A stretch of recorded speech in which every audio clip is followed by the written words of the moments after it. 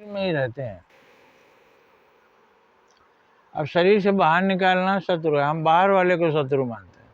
बाहर शत्रु कोई नहीं है, उससे तो हम बच सकते हैं। जाने दो उसको अपनी राह, आप अलग हो जाइए। सिर पर चढ़कर आएगा शत्रु तो फिर मुकाबला होगा। लेकिन शत्रु जो हमारे अंदर है उसको हम समझ नहीं पाते हैं और वो अपना काम कर देता है। जैसे क्रोध हमारा शत्रु है, तो क्रोध में आकर हम किसी बच्चे को पीट देते हैं, क्रोध में आकर घर में लड़ाई झगड़े कर लेते हैं, क्रोध में आकर थाली लोटा पटक देते हैं, टूट जाता है।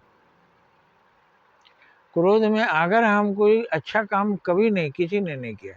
क्रोध में आया हो और अच्छा काम किया हो, क्रोध में आएगा तो कुछ बुरा ही करेगा। इसलिए क्रोध जो बुरा करवाता है वो आपका शत्रु है।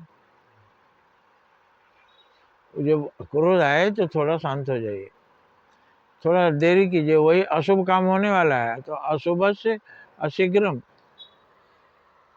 अशुभ में शीघ्रता ना करें अशुभ काम में। और क्रोध आने पर अक्सर अशुभ ही कुछ होता है। किसी को अपमानित कर देते हैं, किसी को मार बैठते हैं, क्रोध में ही खून कत्ल हो जाता है। क्रोध में आकर के कुछ भी विध्वंस का काम होता है। भगवान से हमने क्रोध भी मांगा है। क्यों मांगा है भाई क्रोध? बोले कि बलम असी बलम मई दे, हे भगवान आप बलवान हैं, मुझे बल दीजिए। ओजो असी ओजो मई दे, आप ओजवान हैं, हमें ओज दीजिए।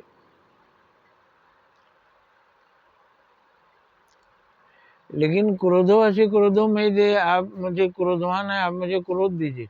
तो क्रोध क्या करेंगे आप जब मना किया है क्रोध नहीं करना है?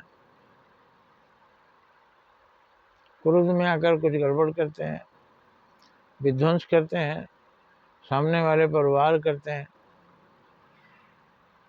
तो ऐसे क्रोध को भगवान से क्यों मांगे? इसीलिए मांगे कि हम अपने अंदर की बुराइयों को निकाल सकें। हम गुस्सा करें कि हम आलसी क्यों हैं, हम गुस्सा करें हम जल्दी से कटु वचन क्यों बोल देते हैं, हम गुस्सा अपने आप पर करें क्यों हम आलसी हैं, गुस्सा अपने आप पर करें क्यों हम भगवान की पूजा प्रार्थना नहीं करते। अब भगवान की पूजा प्रार्थना चोर डकैत भी करते हैं तो भगवान को बेवकूफ़ बनाते हैं।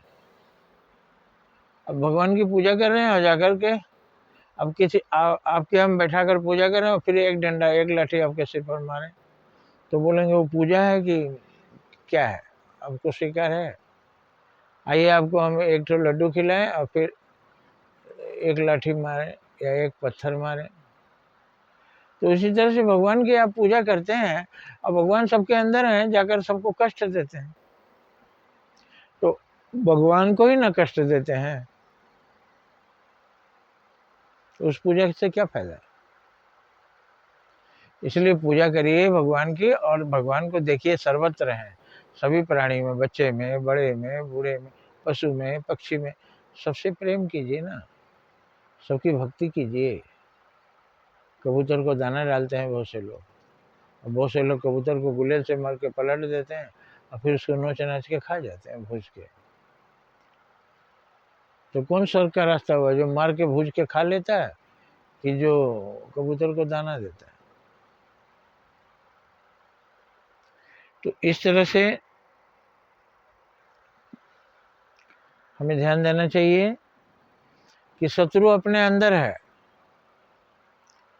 उसको भगाएं, उस पर क्रोध करें और उसको बाहर करें, बुराइयों से रहित करें। बुराइयां, पाप, ये सब शत्रु हैं। रोग बीमारी शत्रु है, दुर्विचार शत्रु है। आशा है आप समझ गए होंगे। जय हिंद, जय भारत।